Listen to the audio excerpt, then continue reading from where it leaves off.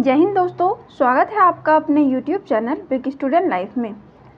दोस्तों हम लोग कवर कर रहे हैं ज्ञान बिंदु GS एकेडमी से क्वेश्चंस को, जो कि आज का हमारा 17वां सेट हो जाएगा। बाकी के सेट को हम लोग कवर कर चुके हैं। दोस्तों हम लोग देख रहे हैं कि आने वाली वैकेंसी है बिहार SI के लिए, तो उसी के पर्पज़ से ये सेट लाया जा रहा है। दोस्तों वीडियो के अंत तक बने रहिएगा और वीडियो अच्छा लगे तो चैनल को सब्सक्राइब कर लीजिएगा और बेल आइकन को प्रेस कर लीजिएगा। तो चलिए स्टार्ट करते हैं आज के क्वेश्चंस को। अगर हम क्वेश्चन को देखें तो दोस्तों इसमें टोटल 100 क्वेश्चंस होंगे, एक एक करके हम लोग कवर करेंगे। तो आज का पहला हमारा क्वेश्चन हो जाएगा, 6ठी शताब्दी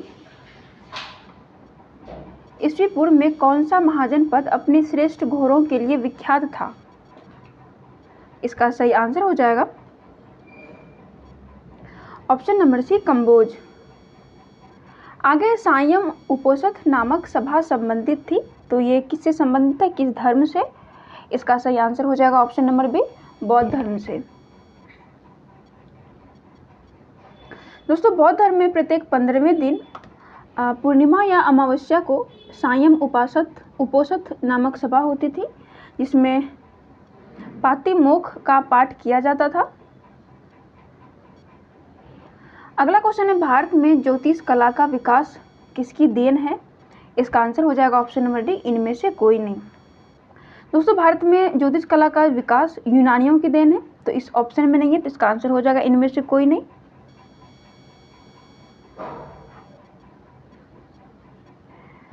हमारा अगला क्वेश्चन है, किस गुप्त शासक के सिक्कों पर मयूर की आकृति उत्कीर्ण थी? इसका सही आंसर हो जाएगा ऑप्शन नंबर सी, कुमारगुप्त प्रथम। अगला क्वेश्चन है, संगम काल में पुलेयन शब्द कब आया? इसका सही आंसर हो जाएगा ऑप्शन नंबर डी, दस्तकारों के लिए। आगे है, तराइन के युद्ध का तात्कालिक कारण क्या था? इसका सही आंसर हो जाएगा option number B, Mohammad Ghori द्वारा भटिंडा दुर्ग पर आक्रमण। दोस्तों संगम काल में किसान के लिए वेल्लाल शब्द, व्यापारी के लिए वेगिनर शब्द आता था। आगे बढ़ते हैं। आगे है, अधा एवं बीख नामक सिक्के का प्रचलन किस सल्तनत काल सुल्तान के द्वारा किया गया था? इसका सही आंसर हो जाएगा option number A, Firoz Shah Tughlaq. दोस्तों फिरोज शाह तुगलक ने अधा एवं बीख नामक क्रमशः आधे एवं चौथाई पीतल में तांबा मिश्रित दो सिक्के चलाए। इन्होंने कुतुब मीनार की मरम्मत करवाई तथा सेनाओं के प्रति उदारता की नीति अपनाई थी। आगे है, निम्नलिखित में से किस युद्ध में बाबर द्वारा शराब पर पूर्ण प्रतिबंध लगाया गया था? किस युद्ध के द्वारा? इसका आंसर हो जाएगा ऑप्शन नंबर बी, खानवा का युद्ध। दोस्तों खानवा का युद्ध जो हुआ था वो मार्च 1527 ईस्वी में बाबर और महाराणा राणा सांगा के बीच में हुआ था।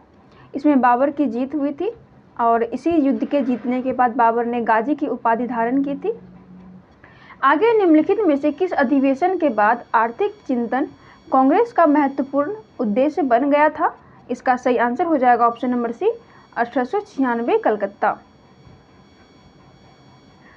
अगला क्वेश्चन है, निम्नलिखित में से कौन सा विकल्प सही नहीं है? तो जो गलत हो जाएगा दोस्तों उसको चूज करना है। इसका आंसर हो जाएगा option number A, foundation of India culture. यहाँ पे इसका लेखक जो है वो सुरेंद्र नाथ सेन दिया गया है, तो इसका आंसर गलत हो जाएगा। फाउंडेशन ऑफ इंडिया कल्चर के जो लेखक हैं वो अरविंदो घोष हैं, जबकि 1857 नामक पुस्तक के लेखक सुरेंद्र नाथ सेन हैं। आगे है, निम्नलिखित में से संगत सभा के संस्थापक कौन थे? इसका सही आंसर हो जाएगा दोस्तों ऑप्शन नंबर सी, केशव चंद्र सेन। हमारा अगला क्वेश्चन है, निम्नलिखित में से कौन सा विकल्प लॉर्ड वेवेल से संबंधित नहीं है? इसका आंसर हो जाएगा ऑप्शन नंबर डी, मुस्लिम लीग का कराची अधिवेशन।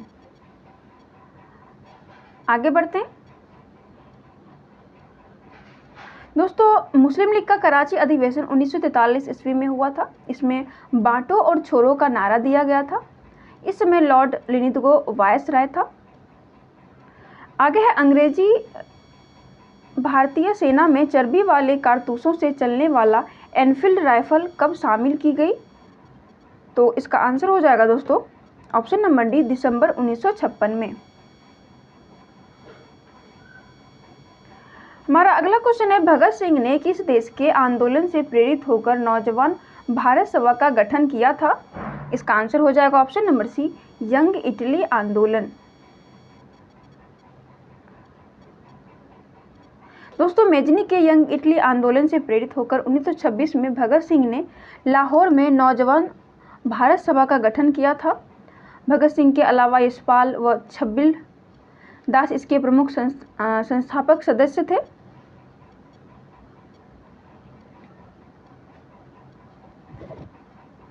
आगे है, मैंने रोटी मांगी थी बदले में मुझे पत्थर मिला, इंतजार की घड़ियां अब समाप्त हुई, उपर्युक्त महात्मा गांधी का कौन से आंदोलन से संबंधित है? तो इसका आंसर हो जाएगा ऑप्शन नंबर बी, सविनय अवज्ञा आंदोलन। आगे है, निम्नलिखित में से कौन सा चट्टान जीवाश्म युक्त है? इसका सही आंसर हो जाएगा ऑप्शन नंबर डी, विंध्यन।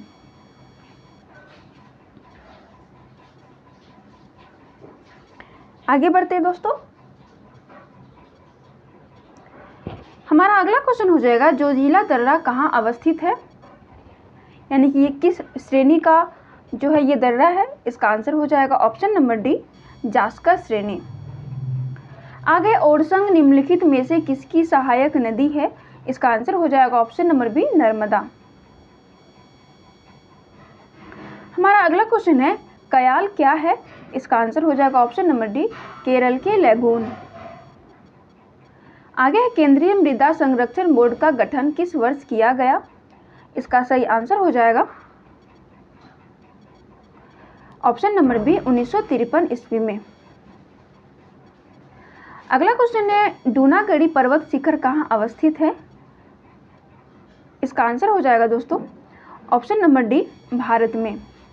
दोस्तों दूनागिरी पर्वत भारत के उत्तराखंड में स्थित है। अगर इसकी ऊंचाई की बात करें तो इसकी ऊंचाई 7066 मीटर हो जाएगा। आगे, निम्नलिखित में से किस प्रकार की वनस्पति में शुद्ध प्राथमिक उत्पादकता सर्वाधिक होती है? इसका आंसर हो जाएगा ऑप्शन नंबर ए, उष्णकटिबंधीय सदाबहार वनस्पति। हमारा अगला क्वेश्चन है, नहरों द्वारा सिंचित क्षेत्र का सर्वाधिक विस्तार किस राज्य में है? इसका सही आंसर हो जाएगा ऑप्शन नंबर सी, उत्तर प्रदेश। आगे है, निम्नलिखित में से कौन सा विकल्प असत्य है? इसका सही आंसर हो जाएगा ऑप्शन नंबर सी, उड़ी परियोजना चेनाब नदी।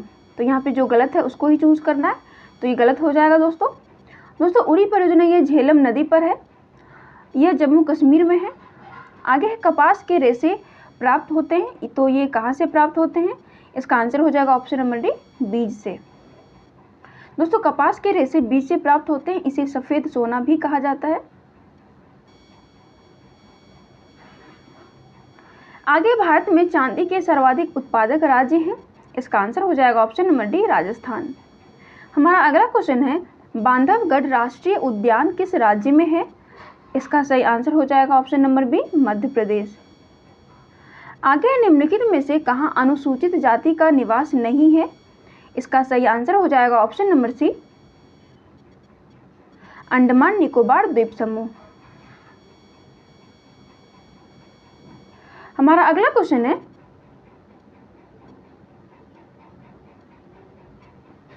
मोम्पा जनजाति का निवास स्थल कहाँ है? यानी कि ये किस राज्य में है ये जनजाति? इसका सही आंसर हो जाएगा दोस्तों option number B, Arunachal Pradesh. आगे है, घंटा मर्दाला लोक नृत्य किस राज्य की है? इसका आंसर हो जाएगा option number D, Andhra Pradesh. आगे, निम्नलिखित में से किस अधिनियम के तहत कंपनी के कर्मचारियों को निजी व्यापार व भारतीय लोगों से रिश्वत लेना प्रतिबंधित कर दिया गया? इसका सही आंसर हो जाएगा ऑप्शन नंबर ए, 1773 का रेगुलेटिंग एक्ट। आगे है, नियंत्रक एवं महालेखा परीक्षक यानी कि CAG पद भारतीय संविधान में कहाँ से लिया गया है, यानी कि जब भारत का संविधान बना था तो ये पद किस कंट्री से लिया गया था या फिर कहाँ से लिया गया था। इसका आंसर हो जाएगा ऑप्शन नंबर डी, भारत शासन अधिनियम 1935 से। आगे है, निम्नलिखित में से किस बात में उच्चतम न्यायालय ने धारणा प्रस्तुत की कि उद्देशिका संविधान का भाग है। इसका आंसर हो जाएगा ऑप्शन नंबर सी, बम्बई बनाम यूनियन ऑफ इंडिया। आगे है कि संविधान संशोधन के तहत पुदुचेरी संघ शासित प्रदेश बना। इसका सही आंसर हो जाएगा ऑप्शन नंबर बी, 14वें। हमारा अगला क्वेश्चन है, सूचना का अधिकार स्वतंत्रता के लेख का उल्लेख है। इसका सही आंसर हो जाएगा ऑप्शन नंबर सी, व्यक्तिगत स्वतंत्रता का अधिकार में। आगे बढ़ते हैं। आगे है, मनरेगा कार्यक्रम निम्नलिखित में से भारतीय संविधान के किस अनुच्छेद को लागू करने हेतु लाया गया। इसका सही आंसर हो जाएगा ऑप्शन नंबर ए, अनुच्छेद 41 में।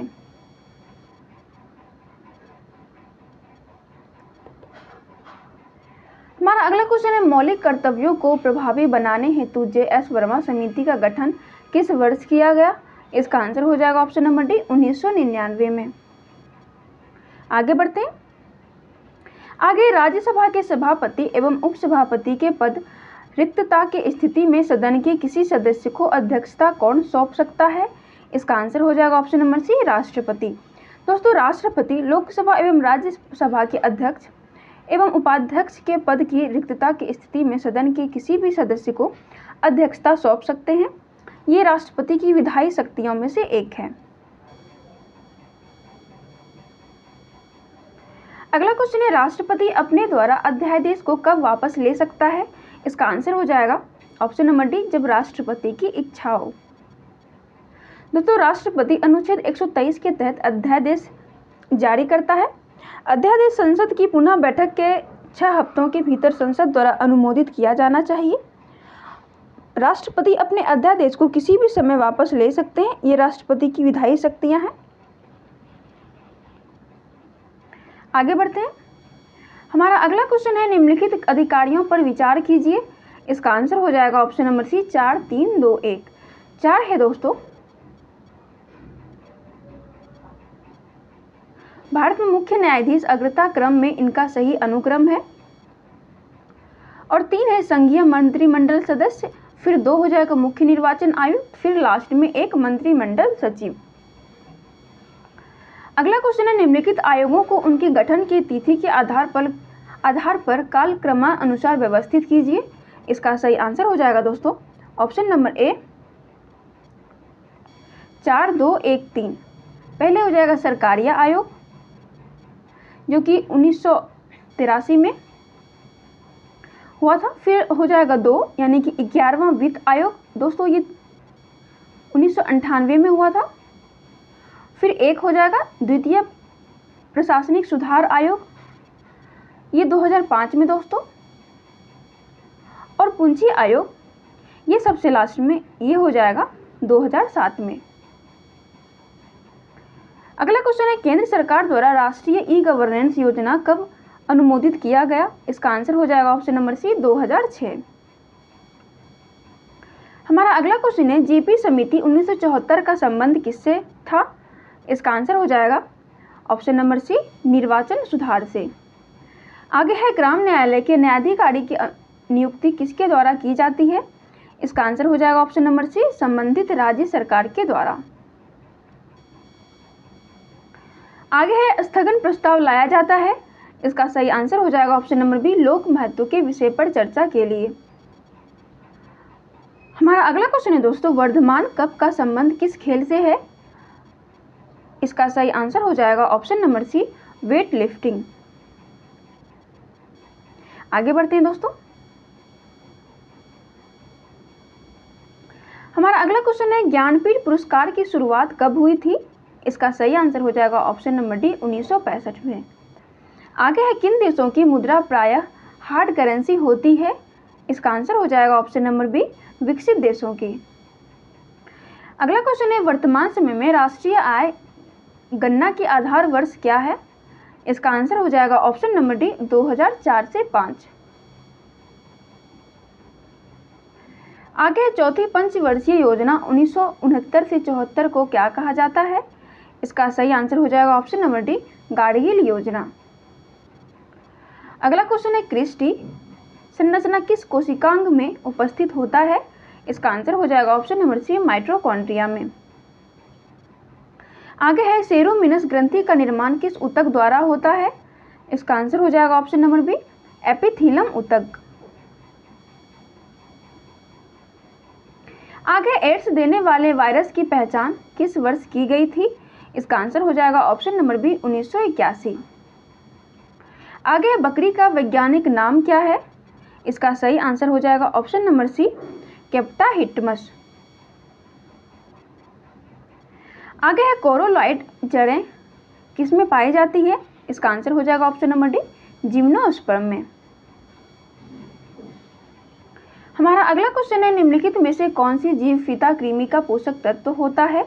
इसका सही आंसर हो जाएगा दोस्तों ऑप्शन नंबर बी, सुअर।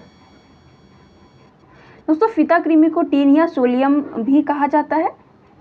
अगला है अमाशय के पिछले भाग को क्या कहा जाता है? इसका सही आंसर हो जाएगा ऑप्शन नंबर सी, पाइलोरिक। हमारा अगला क्वेश्चन है प्रकृति में सबसे ज्यादा पाया जाने वाला कार्बोहाइड्रेट कौन सा है? इसका आंसर हो जाएगा ऑप्शन नंबर बी, सेल्यूलोज। आगे है हाइपोक्सा उस स्थिति को कहा जाता है जब रक्त में ऑक्सीजन की सांद्रता में कमी आ जाती है। इसका आंसर हो जाएगा ऑप्शन नंबर ए।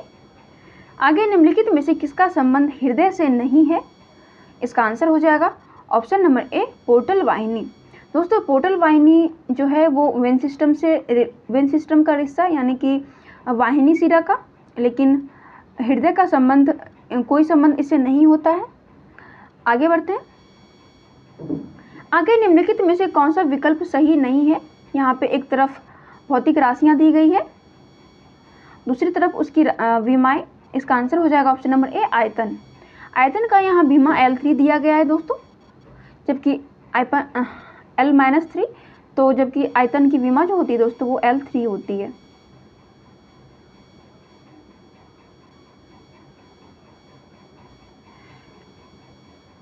हमारा अगला क्वेश्चन है इनमें सबसे बड़ा क्या है? इसका आंसर हो जाएगा ऑप्शन नंबर डी, मिलीमीटर। ये दोस्तों 10⁻³ मीटर होता है। अगर पिकोमीटर की बात करें तो ये 10⁻⁻12, और नैनोमीटर की बात करें तो 10⁻⁻9, और माइक्रोमीटर की बात करें तो 10⁻⁻6 मीटर। आगे प्रवणता अधिक होने पर वस्तु की चाल क्या होती है? इसका आंसर हो जाएगा ऑप्शन नंबर 1, अधिक। आगे है ऊंचाई से कूदने पर चोट लगना किसका उदाहरण है? इसका आंसर हो जाएगा ऑप्शन नंबर सी, न्यूटन गति का तीसरा नियम। हमारा अगला क्वेश्चन है हाइड्रोमीटर किस सिद्धांत पर आधारित है दोस्तों? इसका सही आंसर हो जाएगा ऑप्शन नंबर डी, प्लवन सिद्धांत। आगे बढ़ते हैं। अगला क्वेश्चन है स्टेथोस्कोप ध्वनि के किस सिद्धांत पर कार्य करता है?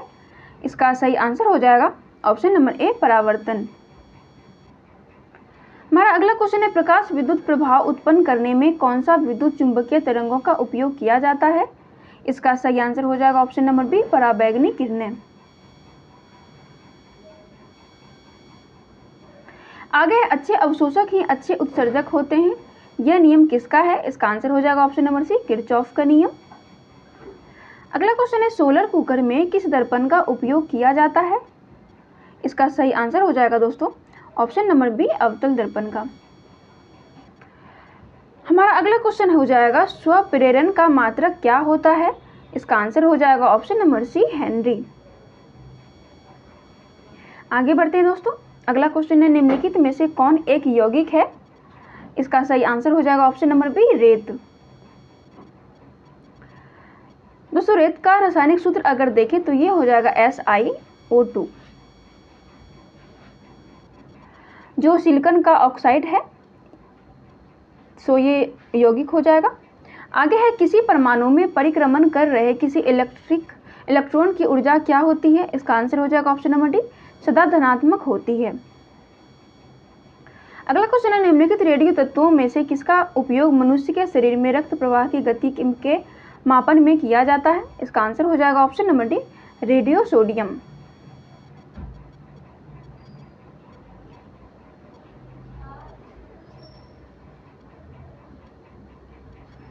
अगला क्वेश्चन है, सहसंयोजी आबंध किसके कारण बनता है?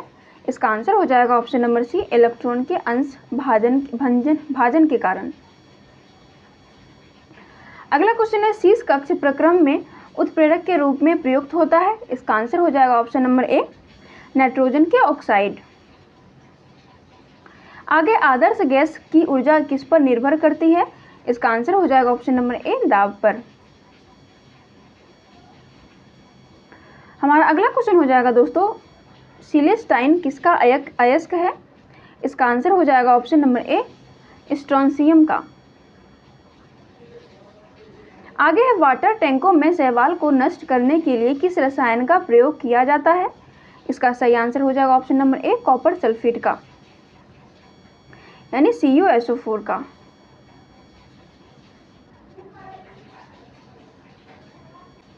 आगे जल में स्थायी कठोरता किसकी उपस्थिति के कारण होती है? इसका आंसर हो जाएगा ऑप्शन नंबर बी, मैग्नीशियम और कैल्शियम के सल्फेट के कारण। आगे है, स्याही के धब्बों को हटाने के लिए क्या प्रयुक्त होता है? इसका आंसर हो जाएगा ऑप्शन नंबर एक, बेंजोइक एसिड। हमारा अगला क्वेश्चन है, हाल ही के दिनों में किस राज्य सरकार ने स्कूल ऑफ एमिनेंस परियोजना शुरू की?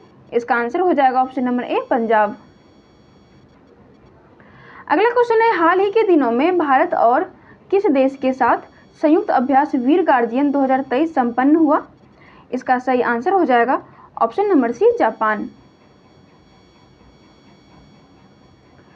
अगला क्वेश्चन है, हाल ही के दिनों में G20 पर्यावरण कार्य समूह की बैठक कहाँ आयोजित की जाएगी? इसका सही आंसर हो जाएगा ऑप्शन नंबर बी, कर्नाटक। हमारा अगला क्वेश्चन हो जाएगा दोस्तों, हाल ही के दिनों में ममानी महोत्सव कहाँ आयोजित किया गया? इसका आंसर हो जाएगा ऑप्शन नंबर डी, लद्दाख में। अगला क्वेश्चन है, किस राज्य सरकार द्वारा सहर्ष विशेष शिक्षा कार्यक्रम शुरू किया गया? इसका आंसर हो जाएगा ऑप्शन नंबर ए, त्रिपुरा। अगला क्वेश्चन है, हाल ही में सुखोई लड़ाकू विमान उड़ाने वाली भारत की पहली महिला पायलट कौन बनी है? तो ये अच्छा खासा क्वेश्चन है दोस्तों। इसका आंसर हो जाएगा option number A, Avani Chaturvedi.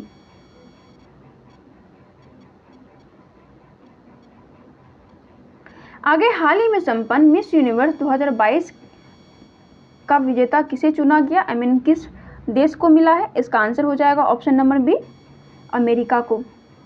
दोस्तों, मिस यूनिवर्स 2022 अमेरिका की आर बोनी गैब्रियल ने जीती है।